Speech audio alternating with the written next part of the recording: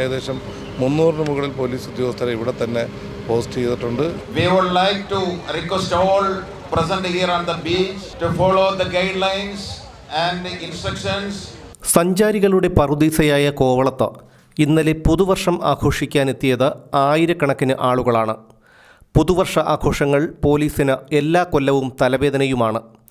മദ്യപിച്ചുള്ള അക്രമങ്ങളും വാഹന അപകടങ്ങളുമൊക്കെ പുതുവർഷത്തലേന്ന് പതിവുമാണ്. ഇന്നലെ വൈകുന്നേരം മുതൽ തന്നെ കോവളത്തേക്ക് ആളുകളുടെ കുത്തൊഴുക്ക് തുടങ്ങിയിരുന്നു. തിരുവനന്തപുരത്തെ പുതുവത്സരാഘോഷങ്ങൾക്ക് പോലീസിന്റെ കർശന നിരീക്ഷണം ഏർപ്പെടുത്തിയിരുന്നു. തിരുവനന്തപുരം നഗരത്തിലെ 18 റോഡുകളിലും പഴുതടച്ചുള്ള വാഹന പരിശോധനയാണ് പോലീസ് നടത്തിയത്. ഫോർട്ട് ACP ഷാജിയുടെ നേതൃത്വത്തിൽ 300ഓളം പോലീസ് ഉദ്യോഗസ്ഥരെ കോവളത്ത് വിന്യസിച്ചിരുന്നു. പോലീസ് വളരെ മികച്ച സംവിധാനങ്ങളാണ് ഏർപ്പെടുത്തിയിട്ടുള്ളത്. ഇതിനെക്കുറിച്ചൊന്ന് പറയാം. തീർച്ചയായിട്ടും ഈ അവരുടെ പുതുവർഷം ജനങ്ങൾക്ക് ആഘോഷിക്കുന്നതിനുള്ള എല്ലാ വളരെ സുരക്ഷിതത്വത്തോടുകൂടി ആഘോഷിക്കുന്നതിനുള്ള എല്ലാ മുൻകരുതലുകളും പോലീസ് എടുത്തിട്ടുണ്ട്. ഏകദേശം 300-ന് മുകളിൽ പോലീസ് ഉദ്യോഗസ്ഥരെ ഇവിടെ തന്നെ പോസ്റ്റ് ചെയ്തിട്ടുണ്ട്.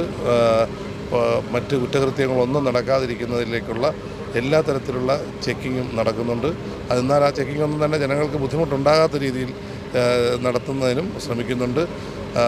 ഏറ്റവും സുരക്ഷിതത്വത്തോടുകൂടിയുള്ള ആഘോഷത്തിന് വേണ്ടിയിട്ട് ഒരുക്കിയിട്ടുണ്ട്.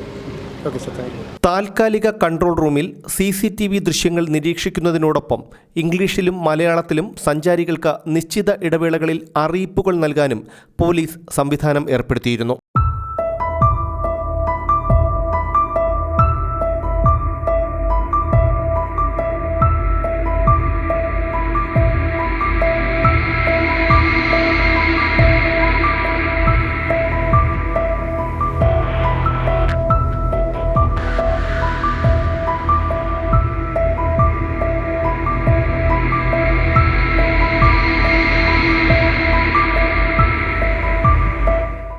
Who are gathering this Kovalam Beach this New Year Eve as a very happy New Year 2024 from Trivandrum City Police and Kerala Tourism Department.